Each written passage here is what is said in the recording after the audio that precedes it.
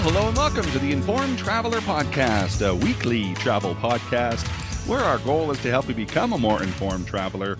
And I'm your host, Randy Sharman. According to the Human Traffic Institute, there are approximately 25 million victims of human trafficking around the world. Thousands of men, women, and children are trafficked within their own countries and abroad every year, often while traveling alone. And a recent study reveals only 46% of Canadians are aware of the help signals, and only 21% know how to proceed once someone signals they are in distress. So in this week's podcast, travel expert Onanta Forbes will discuss what the travel industry is doing to help combat human trafficking, what those help signals are, and what we can do. Plus, we'll head to Newfoundland and chat with native Newfoundlander Annie Hennessey, PR rep for Booking.com, to get some insider tips on traveling to Newfoundland. And Ken Stewart from Crowfoot Travel Solutions will be along to give us a few destination ideas and travel deals with our weekly roundup. But first, let's kick things off chatting with travel expert Onanta Forbes, who joins us each week to discuss some of the travel news and travel trends. You can follow her adventures on Instagram, Facebook, and X at Onanta Forbes. OnantaForbes.com is her website. Hi, Onanta. Hi, Randy. How are you? I'm well, thank you. We're going to talk about the difficult subject of human trafficking. I guess this has been going on since the dawn of time in some form or another. And you would think that we've evolved enough that this doesn't happen anymore. But obviously, when you're talking about the millions of people and that this affects around the world, it's still going on. And in some cases, right before our very eyes, right under our nose. Yes, and it's unfortunate that the United Nations actually says that nearly every country in the world is affected by it, whether it's a source, in transit, or a destination for victims. And it is a very sombering topic. Like human trafficking is the second most profitable crime after drug trafficking, and it generates millions of dollars. And it involves the trading of human beings for the purposes of exploitation. Now, that exploitation can take different forms like prostitution, forced and bonded labor, forced marriages, and organ harvesting. And the airline industry and the travel industry as a whole are very much aware of how they're part of this in a way that they don't want to be, but being that travel, transports people from one destination to another, this is part of trafficking in a sense.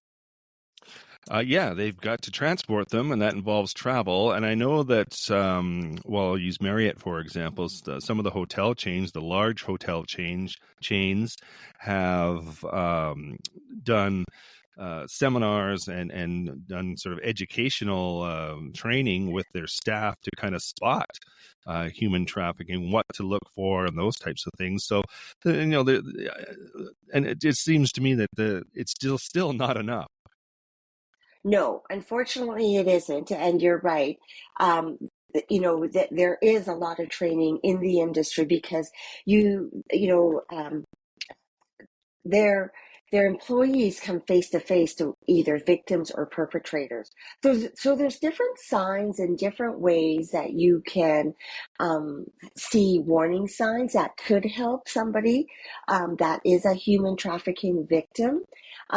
Now, a lot of these symbols and nonverbal cues like body language, facial expressions, or even handshake can give us a clue about what about the situation or a person's intentions. So a lot of these may not be known by Canadians, but for an example, if you order an angel shot at a bar, it's a discreet way of alerting bar staff.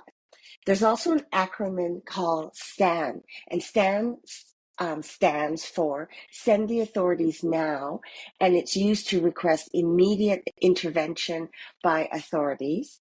And then there's a black dot campaign that encourages victims of domestic violence to draw a black dot on their palm to signal for help.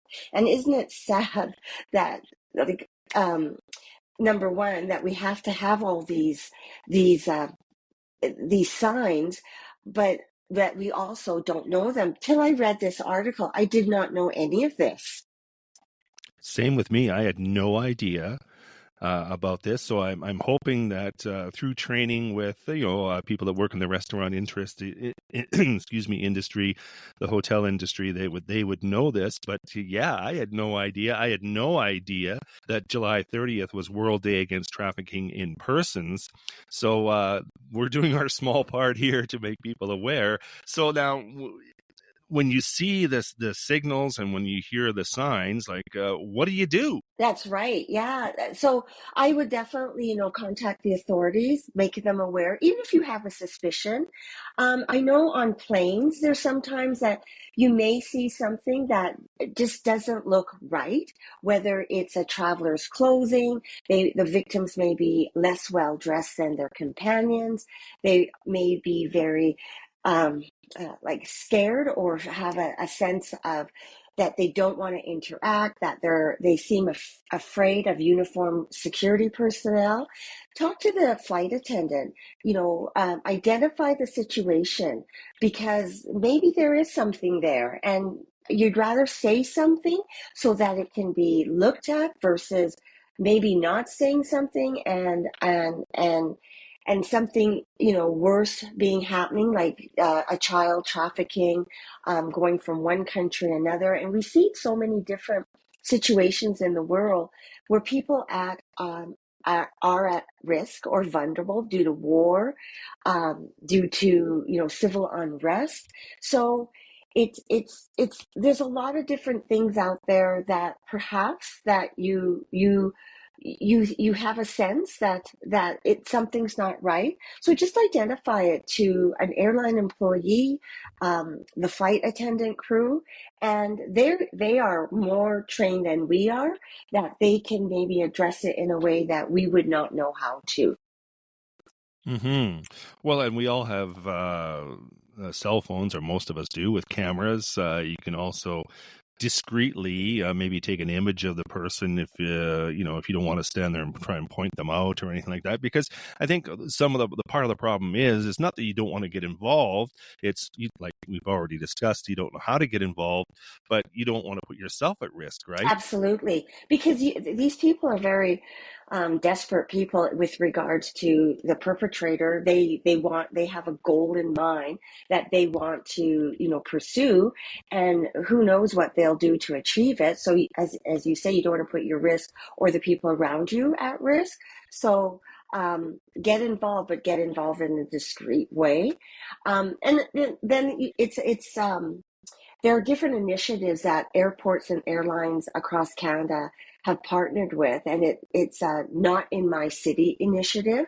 It was launched in Hmm. 2017 by Canadian country music singer Paul Brandt, and it's to bring awareness and take collective action to prevent and end human trafficking. And so the initiative is known for its iconic yellow rose. It's also that has been created by Canadian designer Paul Hardy. So I know I've seen it in Calgary on the YYC logo, or like the images on at the airport, and so they are partnering. They're educating airport workers how to spot human trafficking as it happens and step in appropriately. And so it's good to see that there's efforts to disrupt sexual exploitation and sexual and sex trafficking in Canada. So there's different e-courses you may be interested in looking at and taking, and knowing how to respond to somebody signaling distress. Hmm. And there are some SOS signals for travelers as well. Hand signals. It's the thumb across the palm of your hand with the four fingers up.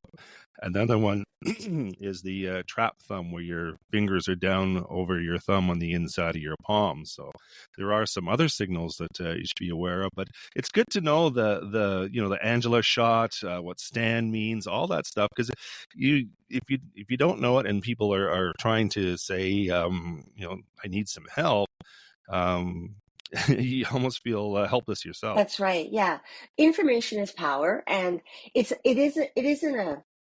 a subject that's very hard to understand and even to embrace the knowledge of, but it is something that I think as travelers, as you know world citizens that we should be able to, to acknowledge it does exist and learn a little bit about it so that, you hopefully can be part of a solution and maybe a reduction in this problem, because it's a huge problem. And I just want to end with, like, there's actually a blue heart symbol, like, you see people wearing different color um, pins, and this blue heart symbol represents solidarity with the victims and the heartedness of those who buy and sell their fellow human beings. So if you see that blue heart, that's something to acknowledge. Onanta Forbes is a travel expert. You can follow her on Instagram, Facebook, and X at Onanta Forbes. OnantaForbes.com is her website. Always great to chat with you, Onanta. Thank you. Take care.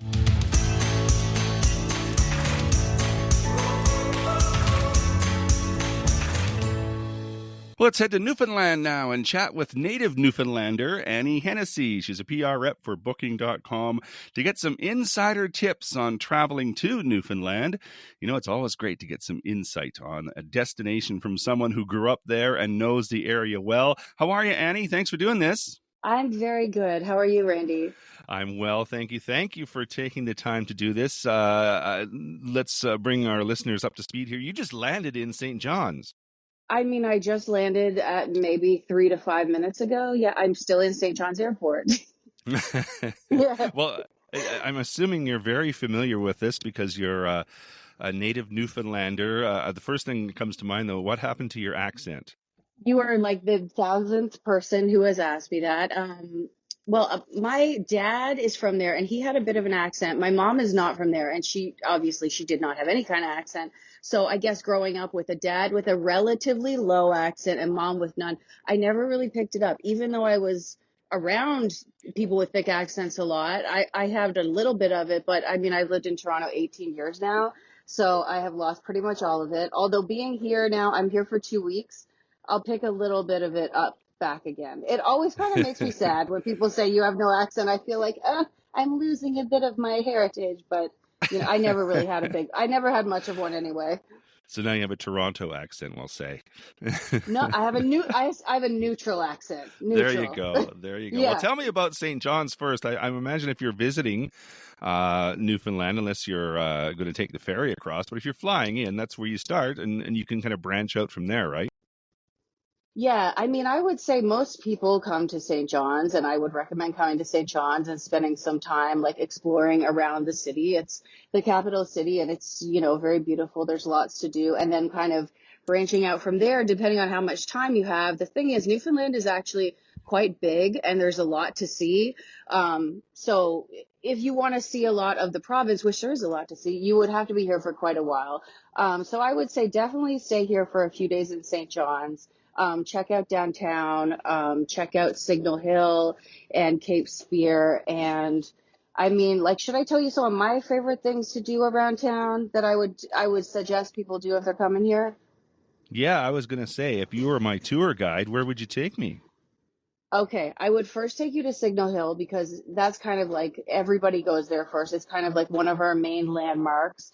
It's called Signal Hill because that's where the first transatlantic signal was sent. That's why it's called Signal Hill. And there's a lot of great trails around Signal Hill. People love to walk up, just walking up the hill is a exercise in itself. But then you go on trails around the cliffs and around everything that's around there. So I would take you to Signal Hill. Then I would take you down to the bottom of Signal Hill. There's a brewery called Bannerman Brewery, which is in an old firehouse.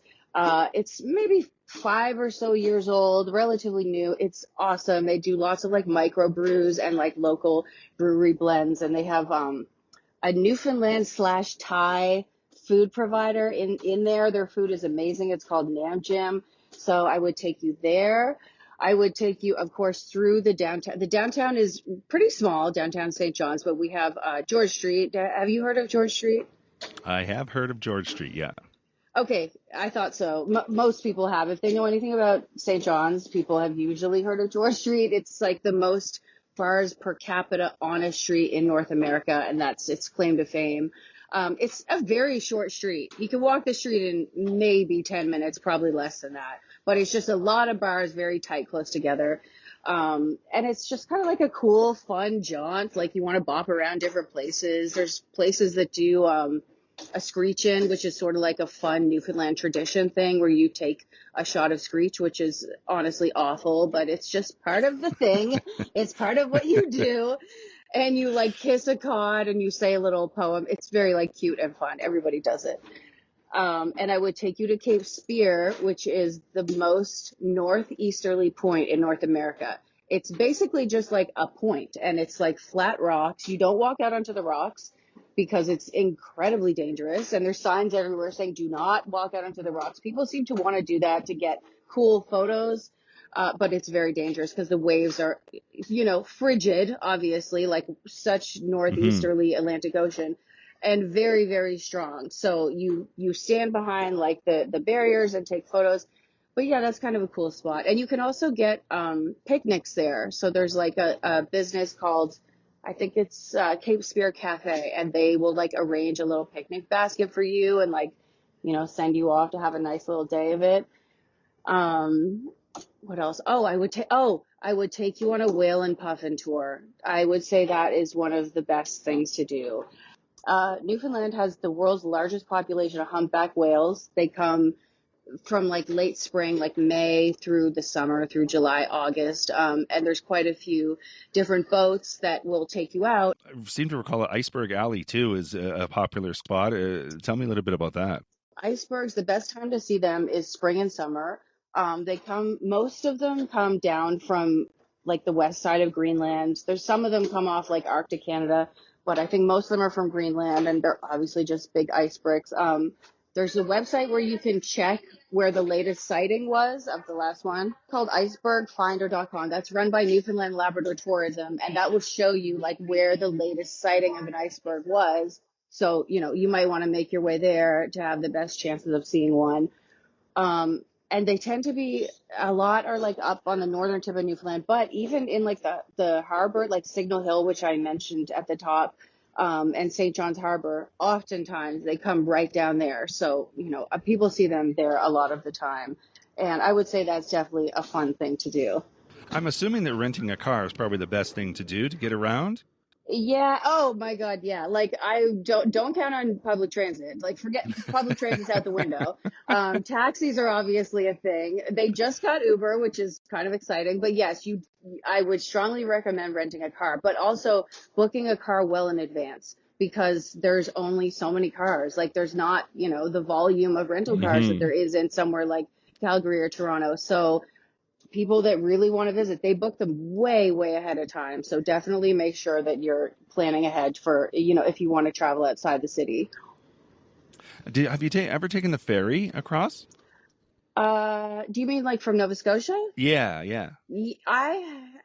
That's a lie. Yes, I did when I was very little. I think I was 2 years old. I just remembered I have a photo of me and my mom and dad on it when I was like a baby, a toddler. So yes, I did, but not as an adult. But a lot of people do that. That's very common. It's long. I think it's like 10 hours, maybe 11 hours.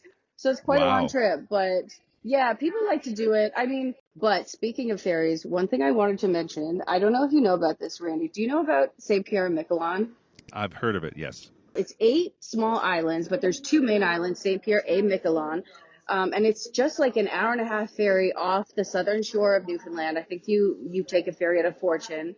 And it's owned by France, and like they run on the euro, and everybody speaks French. It's a European little tiny, habitation like belonging to France. And I just think that's the coolest thing, because like nobody knows about it. Yeah, I mean, it's small. It's not the kind of place you would spend a ton of time there. You would probably do it in a couple days.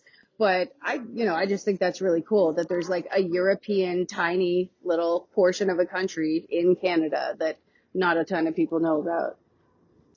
We talked about a little bit of the food items that you can think. What's your favorite food to eat? Oh, well, I'm going to go to Leo's Fish and Chips. I mean, fish and chips in general, that's kind of the thing that people, when they leave home, they miss the most is like, fish, chips, dressing, and gravy. And nobody makes it like they do here. So I go to a place called Leo's, which is like very greasy spoon. It's been there forever. It's downtown. It's been there since I was a kid. So we're talking at a minimum 30 years, but probably much more than that. That's number one, but they also can have kind of funky hours. So number two, which is probably the most popular one, is a place called Chess's Fish and Chips, and they have a few different locations. And yeah, it's like fish, fried cod, and dressing with Newfoundland savory, which is the best savory you can get, and gravy, and that's like primo. That's the thing that I dream about it all the time. Yeah. It does sound delicious. Let's talk about, obviously, St. John's has a lot of different accommodations that you can try out. What about some of the surrounding areas? Yeah. Well, yeah. I mean, surrounding is like you're gonna find more like guest houses, B&Bs, like rental homes, Mm-hmm. that kind of thing. Some inns, motels, stuff like that. So yeah, I would check out booking.com. You'll find some in like all of the little towns that people like to go to. Like the ones that people love to visit are the UNESCO heritage sites. I don't know if you know this, Newfoundland has 5 UNESCO heritage sites. Three of them are like sort of lesser known, but the popular ones are like Lansa Meadows. So they have, if you go to booking.com, you'll find like rental homes, very cute, quaint little localized homes, inns and B&Bs around there. That was Canada's first UNESCO heritage site. And Oh, that's, cool. yeah, it is pretty cool. I haven't been there.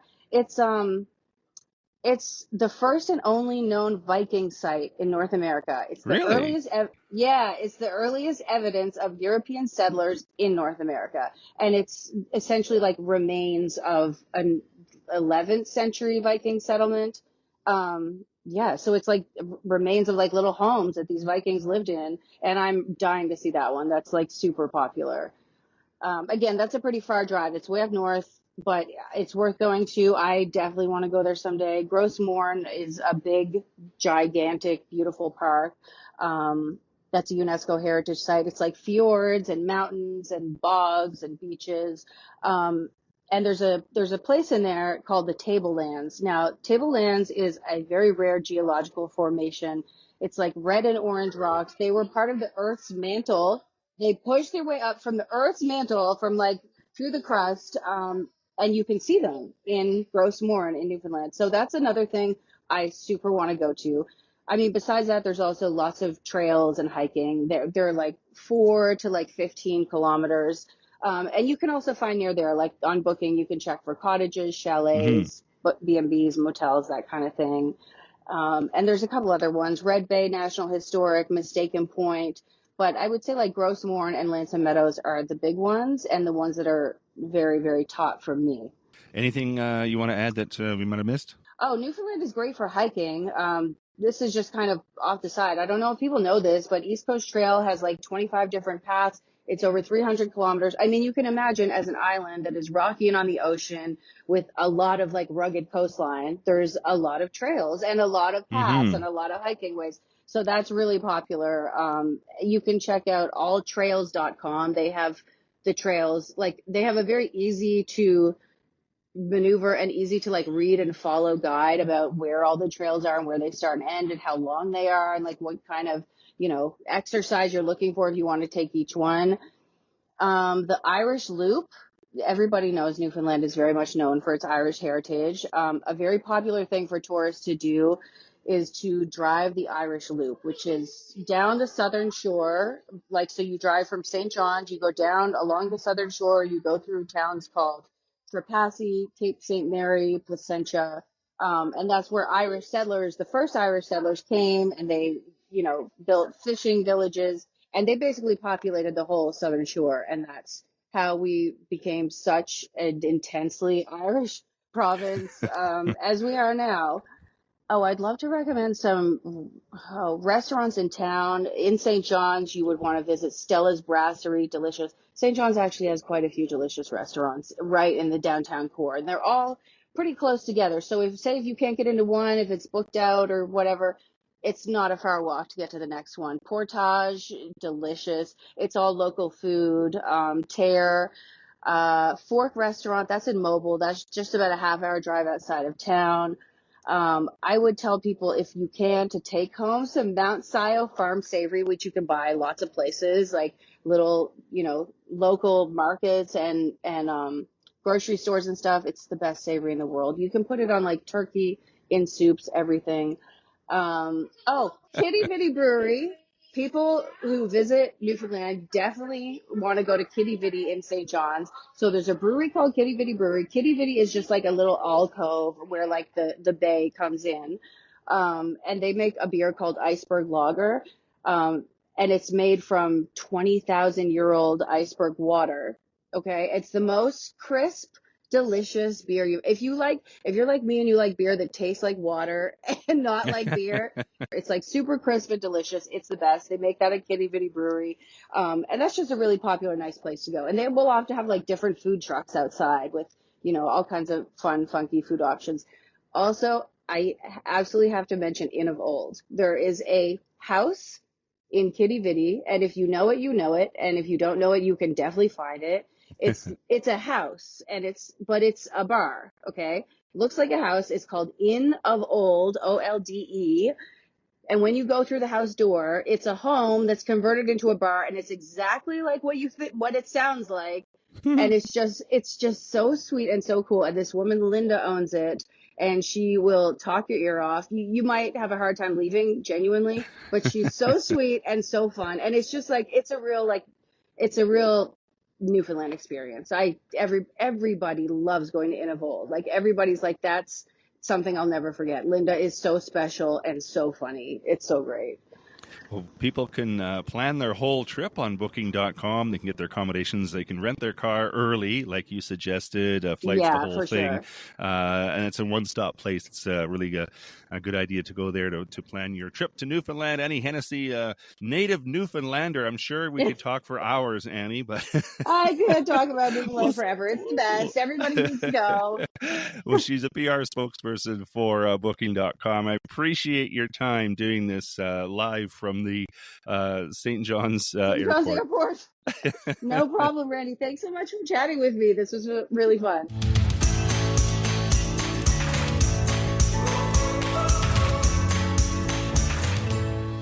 This is the Informed Traveler Podcast. I'm Randy Sharman. Just want to remind you of our website, theinformedtraveler.org. That's where you can find our contact page if you have any questions or comments about the podcast. You can always email me, too, with any questions you might have. My email address is randy@theinformedtraveler.org. And if you want to get up-to-date travel info through the week or just see a few amusing travel stories and links, you can like us on Facebook at facebook.com/informedtraveler, on Instagram @Informed Traveler, or you can follow me on X @Informed Traveler. So now, as always, we'd like to end the show with our weekly roundup, and joining us to do that is Ken Stewart from Crowfoot Travel Solutions. What a week, especially with the storms, the first part of the week there. I mean, it's nice to have the rain, but wow, that hail hitting the airport. Mm-hmm. I know the domestic terminal was hit hard in some areas, like the B gates were closed for several days. And as well, we saw notes that WestJet and Air Canada had planes that were being grounded because of the hail damage until they can get all checked out. So that's affecting a lot of travelers and routes they would be flying. So exactly. I heard that 10% of WestJet's fleet were grounded for a bit. It seems that WestJet can't get a break, No. And the thing is, too, a lot of these planes, like I say, they don't necessarily just go at A to B and back or whatever, because some of those planes were scheduled to go somewhere else later on, because I know I had clients who couldn't get back from Fredericton. And that was the reason, is because the plane couldn't get there from Calgary or Toronto, where it was supposed to come from. You can imagine the hailstorm damage on your car. It can do the same damage on an airplane. So, yeah, they got to check it all through and check it all out. And... yeah, you can drive your car when it's dimpled, but I don't think I want to get on a plane when it's dimpled. Yeah, right.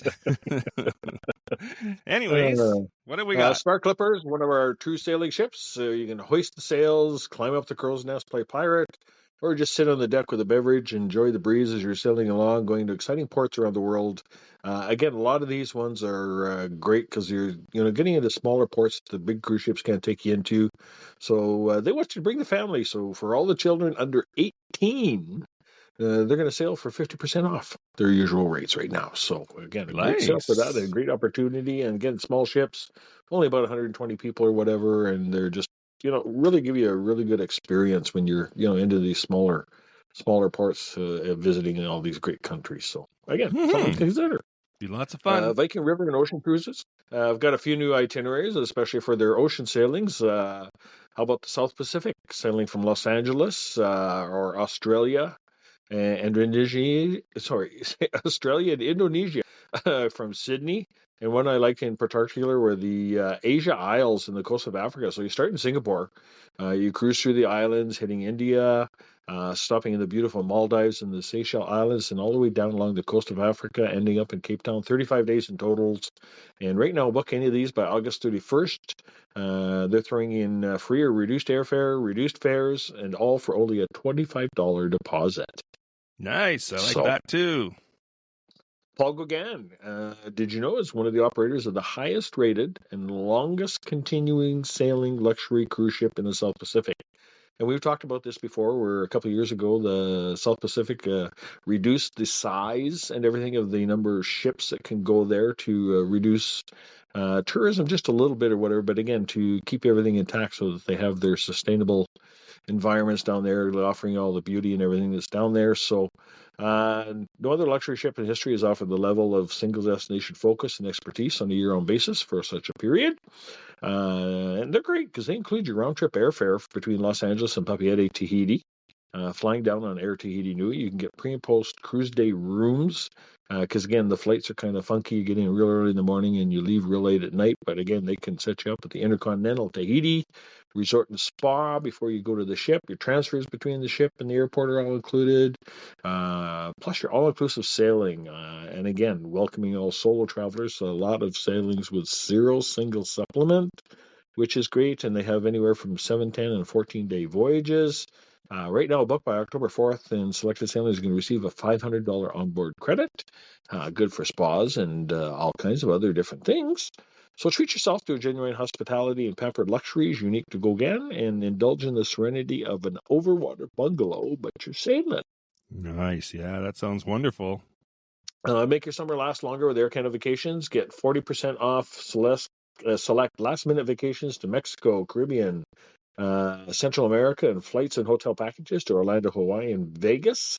And also get up to 12,000 bonus Aeroplan points per member if you book by September the 2nd. So great opportunity there. Take advantage of some low prices and earn those Aeroplan points. And while you're earning those Aeroplan points, I know you're a member, you get them on all your Air Canada Vacations bookings. So it doesn't matter what you book through them. You're going to get Aeroplan points on all the flights. Have a bunch of your own Aeroplan points that you want to use, and you want to pay for your booking either in part or in full if you've got enough. We can do all of that for you. We just need you to convert those to Aeroplan points in your account to Air Canada gift cards. You give us those numbers, and we're going to apply as much as you want for any Air Canada vacation package. Like I say, Europe, sun destinations, Asia, India, cruises, anywhere they have packages. And also right now, Air Canada Vacations is offering an extra $200 a person off group sun destination packages booked by the end of this month. So round up your family and friends, let's talk about a vacation and get you away. Save you some more money. $200 per person is quite a bit. That's substantial. Yeah. And again, we're doing more and more of these once we have conversation with a lot of our clients. We got a large family, and we always talk about between your brothers and sisters family combined, your 10 plus people. I know my family, your family, we can make a group just on our own. Ask your friendly travel agent if maybe you should be looking at a group rate. We talked about, like I say, yourself and my family make up one. So lots of multi-generational family when you're including grandma and grandpa. So again, you can, almost have 10 probably in yours if you've got a few kids. And it's pretty easy to find. Or maybe you got 10 or more of your favorite friends or couples that you wouldn't mind spending some time with. And it can be any kind of trip. Again, the most popular ones are obviously the beach, all-inclusive ones. A lot of times cruising, but it can be adventure travel. Maybe you want to go to Costa Rica, do a safari in Africa, maybe on a river cruise, Europe, boat and bike trip if you're into cycling. Whatever your likes are, often your group vacation can be built exclusively for you and sometimes for your dates too. It doesn't have to be their dates. So make sure you ask your agent if you can qualify. Get it checked out. Good. Yeah, let's get some friends. Let's go. Exactly. And we talk a lot too. If you've never cruised before, then check out a 4 or 5 day cruise with Disney. Right now, they're offering 20% off your fares, and if you have the time, put it together with a few days in Disney World in Florida if you're sailing out of Cape Canaveral. And Disney is much more than the theme parks we first think of. They also have fabulous land as well as the cruise options called Adventures with Disney. So something for the whole family, all ages, and for a limited time on select 2024 and 2025 land adventures, river cruises, expedition cruises, and their escapes to destinations around the world. You can save 150 US per person on Amazon and Sydney sailings. Australia escapes, 250 on select Arizona and Utah. I think Utah, again, really popular. We've talked a lot about it in our family. We'd like to get down there. So there's some real cool canyons and stuff you can check out. $350 US per person on international land and river cruise departures, which include over in England and France, Italy, and more. And $500 US per person on select Galapagos expedition cruises. And all of this you just need to book by December 31st. So you've got time to have that conversation with your family and friends and have a chat with us, and we'll get you all hooked up. Lots of options. And again, we just like to thank everybody and all our clients, and to you, hopefully new clients, for listening each week. To remember, like both the Crowfoot Travel and the Informed Traveler Facebook pages. I know you do a great job at keeping everybody up to date on everything that's happening as it goes along during the week.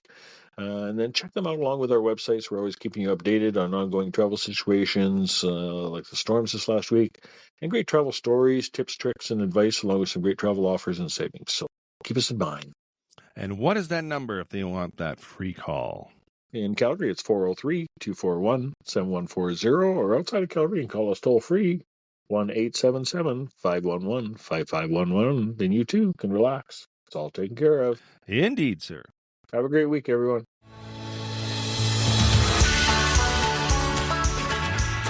And that is our show for this week. If you have comments or questions, we'd love to hear from you.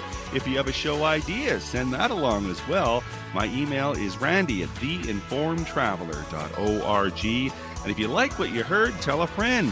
You can check out our website too at theinformedtraveler.org.